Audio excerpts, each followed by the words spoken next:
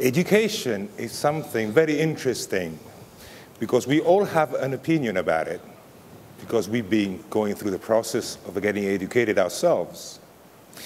Or maybe if we have kids now experiencing education once again through our kids.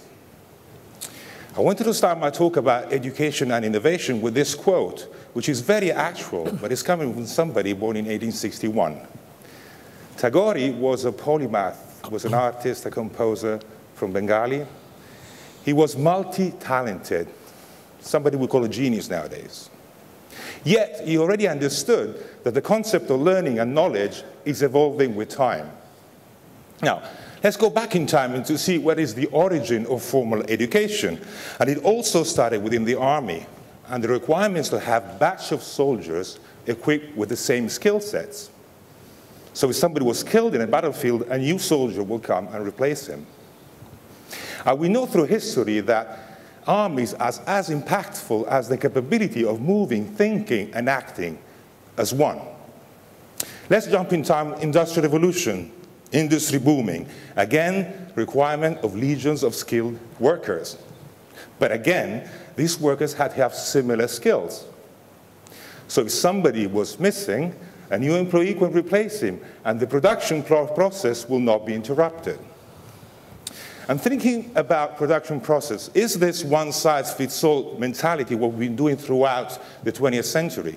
Try to produce product that could feed the masses without celebrating or awarding individualities. Let's jump back into education ecosystem. We're following the same pattern pretty much. We educate batches of students, 30, 35 at a time, try to equip them with exactly the same skill set to prepare them for the next grade. And what about if somebody does not comply? That's not a big problem.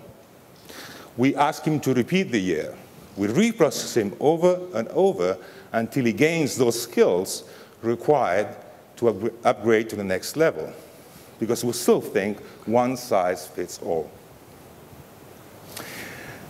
And interesting enough, when our kids go in the workplace, they do find this pattern repeating. This is one of many workspaces in Dubai or around the world. One size fits all. I call this the Walking Dead offices. We never celebrate individualities. And we think about innovation. Maybe the company was innovating the most, apparently now it's Google. And when Google had to design the workplace for their employees, they started celebrating individualities. They created flexible workspaces where people can just decide to work on an armchair, on the desk, on the floor. You even get free candies. And the numbers show that people working at Google stay longer after 6, whereby we all know those working in the Working Dead workspaces, they cannot wait for 6 to strike to go home. The outcome of formal education is, yes, self-fulfillment, but mainly is to get a job in the industry. And the latest findings are showcasing that the job industry is changing because of innovation and technology. A very recent study by Oxford Universities is showcasing that in the next 20 years, almost 0.5% of the jobs in the US market alone will be gone because they're going to be replaced by some kind of technology. What this study predicts, the change will happen in 2 waves. In the first wave, we'll see jobs in the logistics, sales, construction getting replaced by some kind of technology. The second wave, we'll see jobs in administration, engineering, and even in the arts getting replaced by some kind of technology. Although this is very scary, this study found that as well there are some skills with, at least at the present time, we cannot forecast to get replaced by technology. And these are the creative skills, creative thinking, and the social skills. So as a father, I hope that my kid, the university or the school ecosystem taking care of my kid's education will enforce on the skills so he can find a job. We all know about this digital divide. The digital divide exists. It's the difference in adopting technology between the millennials and ourselves. Okay. Our kids are born with certain technology. We try to adapt with them. And the digital divide is even more scary when we think about those who are designing national curriculums around the world.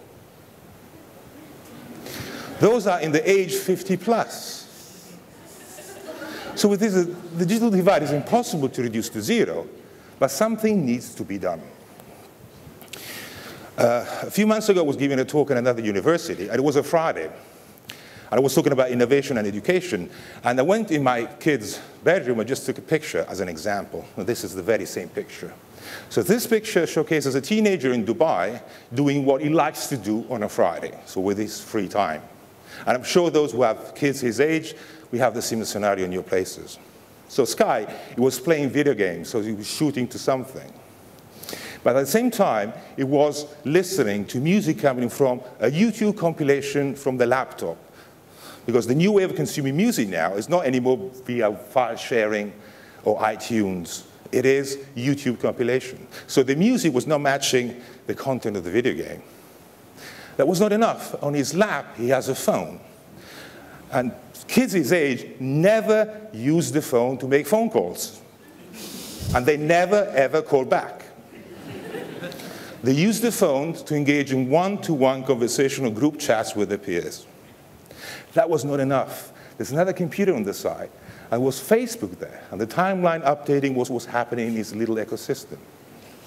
Now, my son is not an octopus. He was not doing 4 things at the same time, but he was able to switch between one stream of information to the other seamlessly.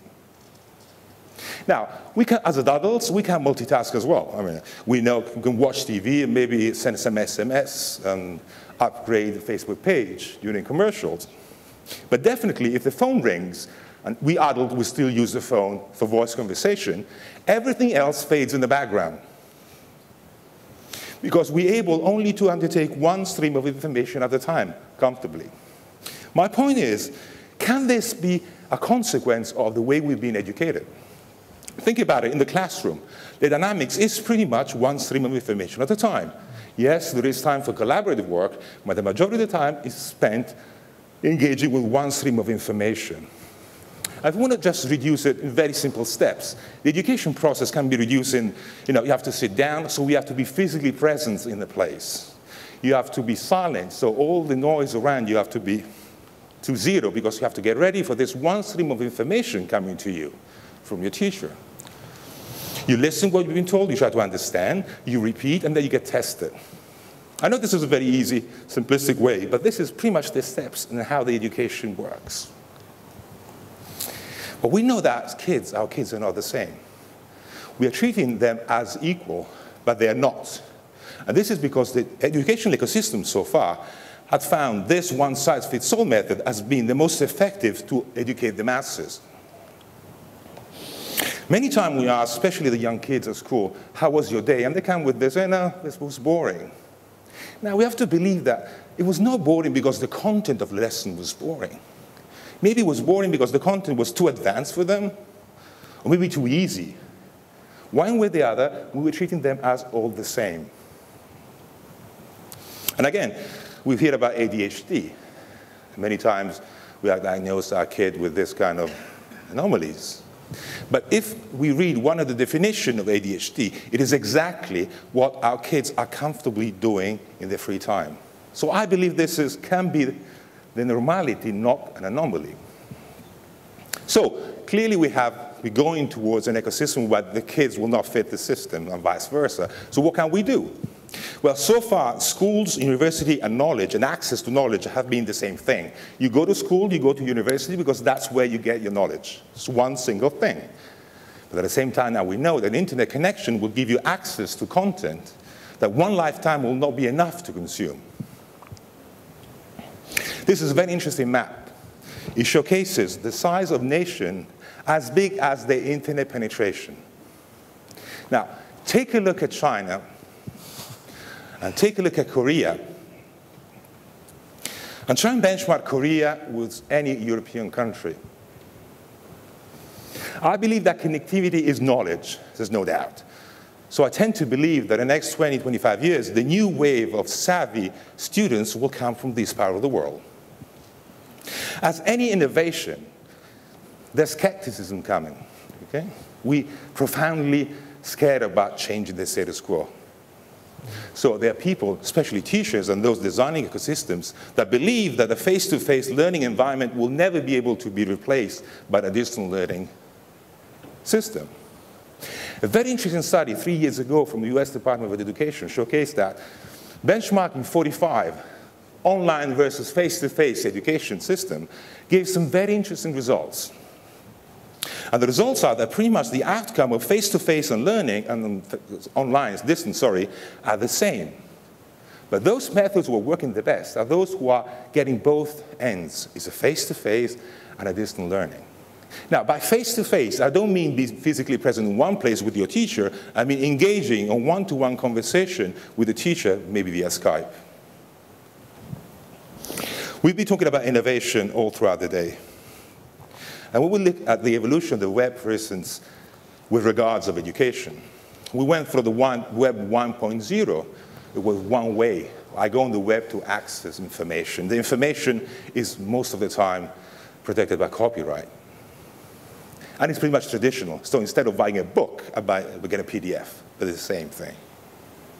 To a web 2.0, which is the one we live in right now, the social web, whereby conversation are not anymore only one way, but people can talk to each other.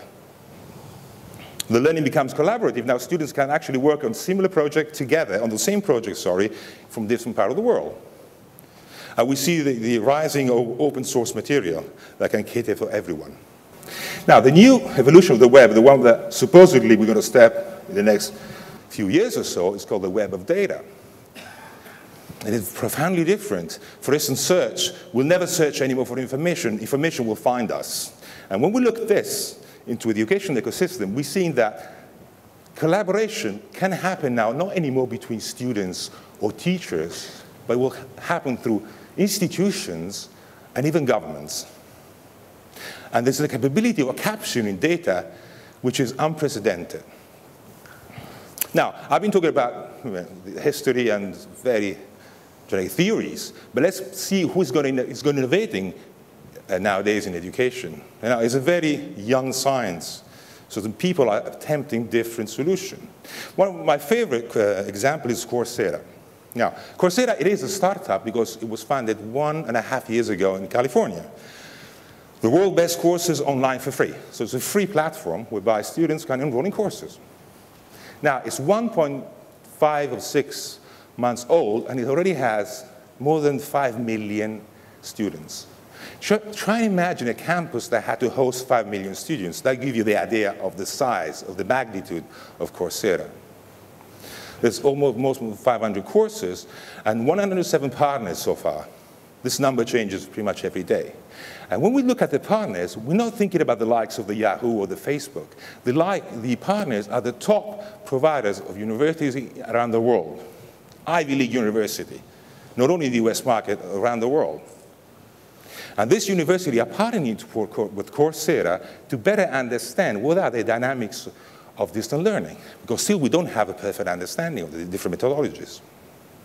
So it's very simple. You go, you create an account. There's many courses you can select. Some of these courses will get accreditation. Some others will get you certificates. And then you can learn on your own pace. The interesting thing is, when we go and analyze some of the courses on Coursera, we see that some have thousands of people enrolled, thousands. Some others not quite so much. And then when we go and analyze why, it is very simple. Those with big numbers are the courses who are really embracing new media. So they have perfect quality audio and video, they have animation, they have links on the web, they have social assets attached. Whereby the other ones, those with not higher numbers, are pretty much a lesson recorded with a camera and a couple of PDF attached. So again, there's differences in delivering. Now, Alexander, I don't know if he's here, many other business people here will say, yes, but where's the business model? How do we pay our DWA bills with Coursera? Now, it is a startup, so it's 1.5 years old, but it's already generating revenue streams. And we have certification fees. Again, some of them provide you that, they will send you the certificate.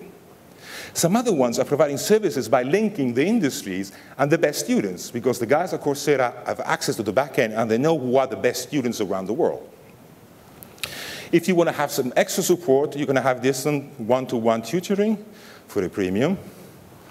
And Coursera is supporting big companies with the CSR program by promoting education in areas in need.